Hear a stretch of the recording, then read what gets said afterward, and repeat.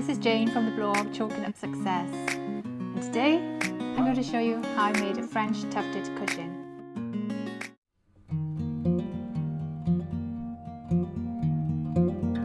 First thing I'm going to do is to cover the cushion pad with the foam batting.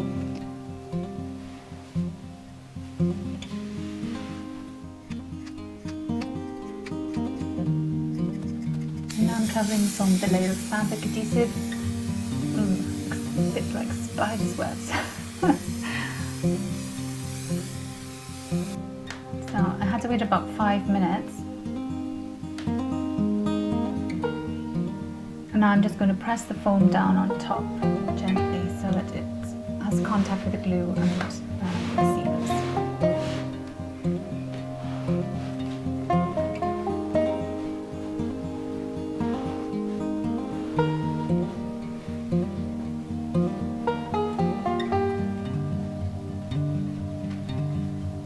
And then I just turn it over and do the same on the other side.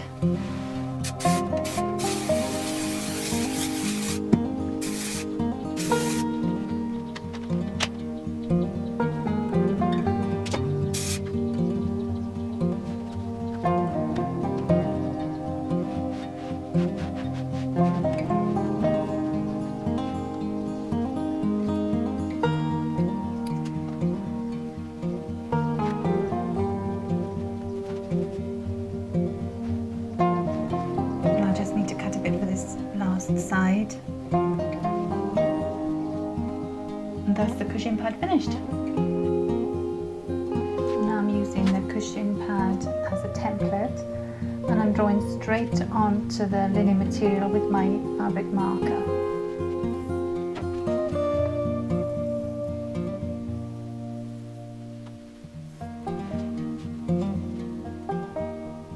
And I mark an extra ½ inch all around for the seam allowance.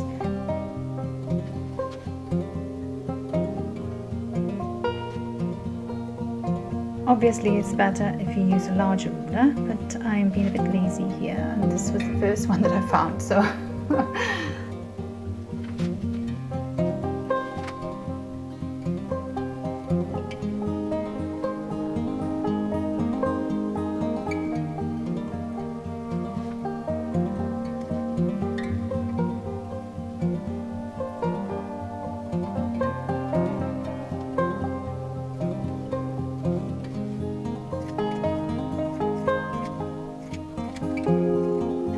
along the lines.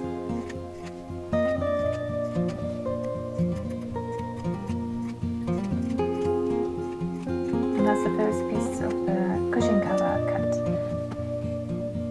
And then I'm just going to lay this on top of the material and use this as a template and draw around it and cut out the second piece.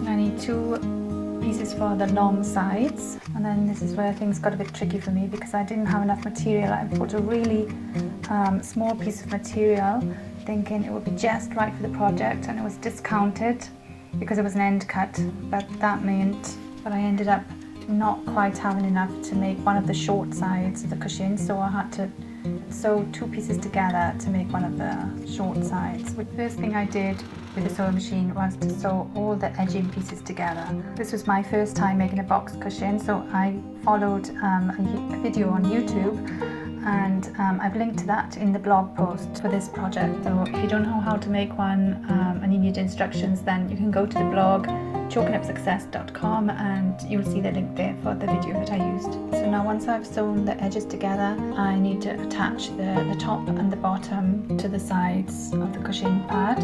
So I'm just pinning them together first of all, and then I'll tack them together.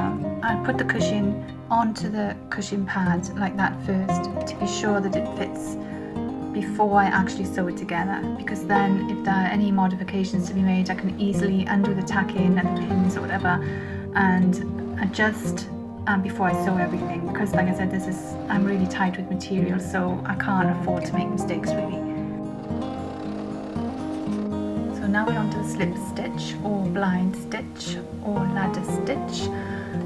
It's called lots of different things, but it's all the same thing. And this is what it does. When you're making the stitches, it looks like a little ladder, and then you pull that really tight and the stitches all disappear and you can't see them at all. It's really cool. And as you can see, this is the side, one of the smaller sides of the cushion where I had to sew 2 pieces of fabric together. It actually doesn't look as bad as I thought it was going to look, but you won't see it anyway because the cushion is going to be up against the side of the wall of the walk-in wardrobe.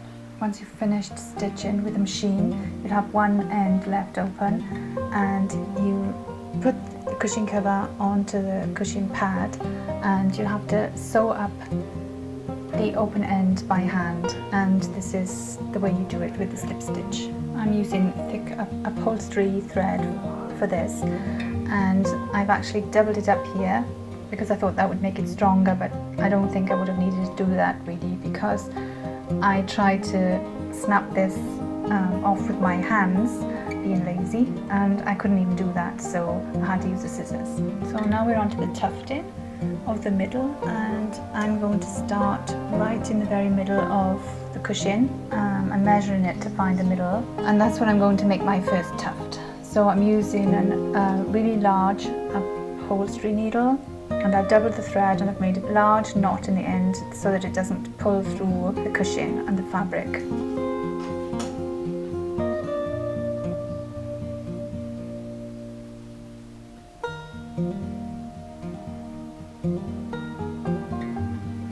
And then I just pull it through from underneath, turn it over and pull it tight. And then I'll keep doing that a few times.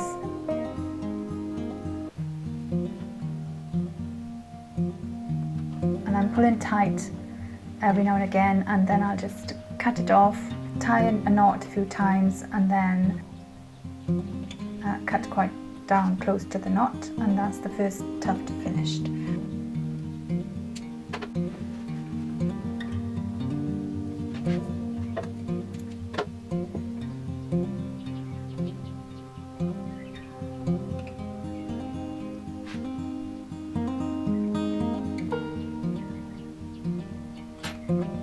And then I'm going to measure out again from the middle, halfway between the middle to the side, and make the next tuft, and then I'll do the same on the other side.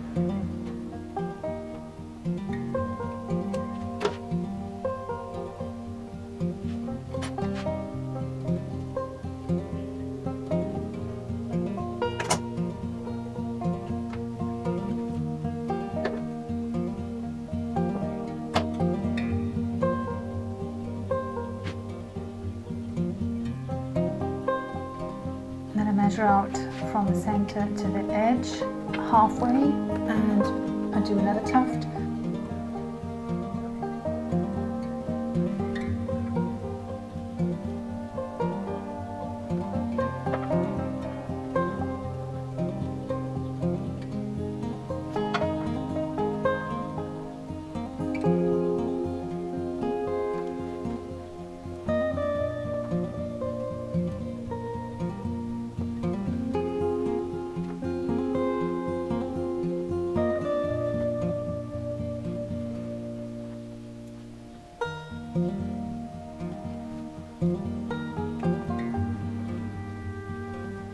Obviously, where you put the tufting depends on the size of your cushions.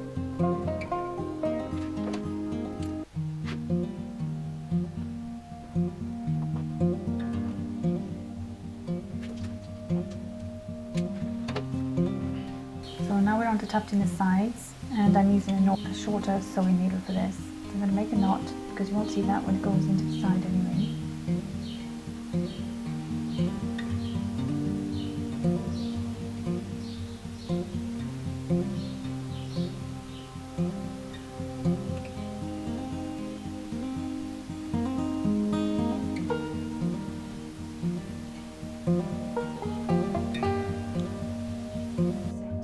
Then I'm using my fabric marker again, and I'm marking every 2 centimeters. If you're good at eyeballing things like this, you could do it without the marker, but I'm not good at doing it like that, so I'm measuring. And on the underside, I'm measuring the width of this tape measure, but instead of doing I'm doing every 2 centimeters again, but I've staggered it. For instance, I'm starting at 1.5 centimeters, and then I'll go to 2.5, 3.5, making the marks then, so that the dots are actually staggered when you make your stitches.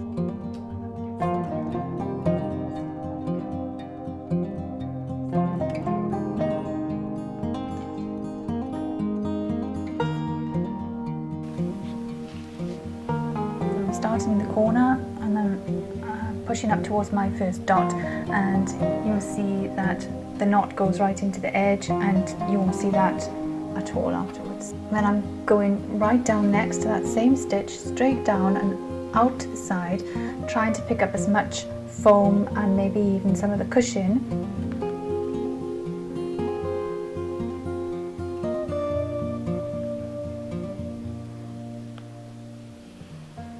And then pull tight.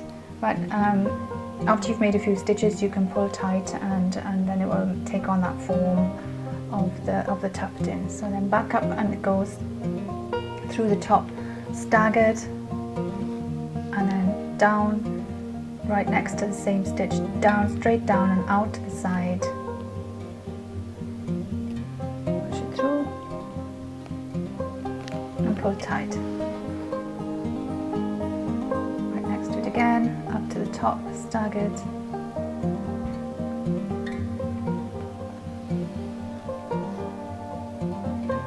You can see already the form coming together. Back out at the bottom, put your fingers, or wear a thin bow, of course, and then back up. You see, it's good that I measured, because I would never be able to do this just by sight. It would turn out really strange and misshapen, I'm sure. It up a bit, but I think it was important to show you that slowly, because I looked at loads of videos on YouTube and I couldn't really make out what they were doing with the staggered stitches. I had no clue what was going on there, and I just learnt by doing, really. But I wanted to show that to you because I think that's a quite important step. Because when you sew the bottom edge, then it's important that you try and, as much as you can, to match up the stitches from the top to the bottom, because that's what gives it the mattress look. And then after you've done that all the way around on all the sides, your mattress is complete. A few cushions and a throw, and it's brilliant in this room. It fits perfectly, so I'm really happy with it, and I think this project was quite easy to do, and I'd really love to make another one for downstairs for the bench in our hallways. Now I know how to do it. It shouldn't be too bad. If you like this video, give it a thumbs up and leave a comment down below if you like it, or when you don't like it. Hit the bell if you want to be notified when I upload a new video. That's it from me at Chalking Up Success. I hope you have a lovely day, and thanks for watching to the end of the video.